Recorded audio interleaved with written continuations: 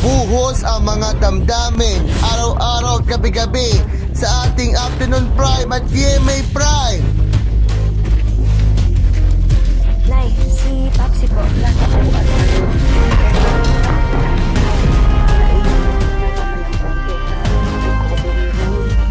na rin po akong gagawin pala today. Paalam po ko kay Miss Anya kaya pupunta na po ako dyan. Basta Nay, positive. Raragasa ang mga kamao. Hindi po pala. Hindi yun. Kahit ako dahil bumabalik lahat. Yung sakit. Yung pakiramdam na iniwan kami.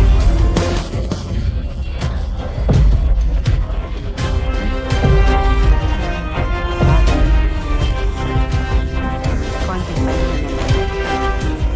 Mapapasakin na lahat. Kaya mahal.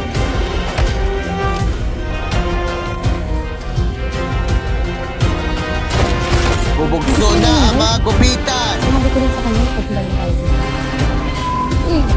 Gusta? Andito rin si Kati, alam mo ba yun? May outreach siya dito eh. Astig, di ba? Oo, astig! Ay, hindi ko pala siya nag-out. Ano Carla? Ikaw mo ba kami Kati?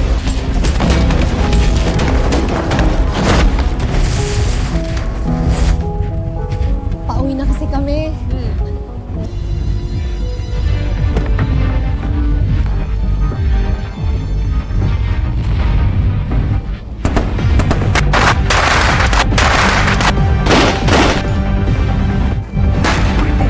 Ang tagal niyo sumagot ng call. Hinintay ko pa kasi makalis ka sa akin. Hex already knows about us. Alam niya na yung ako yung halikan mo. Wait, umaming ka? I had no choice. Ano? Anong gagawin ko? Na-corner niya ako. Kaya nangako ako na sasabihin. May mga kwarto ninyo. Connor. Paul, paki-assist na lang.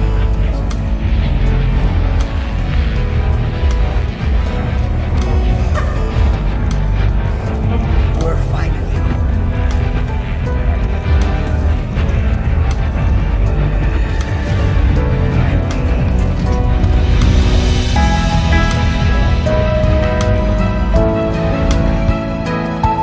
Ang mga sakripisyo para sa natuklasan sa GMA The Heart of Asia.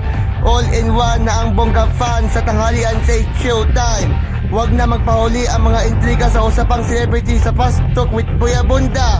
Winning talaga ang survey sa mga triple answer sa Family Feud.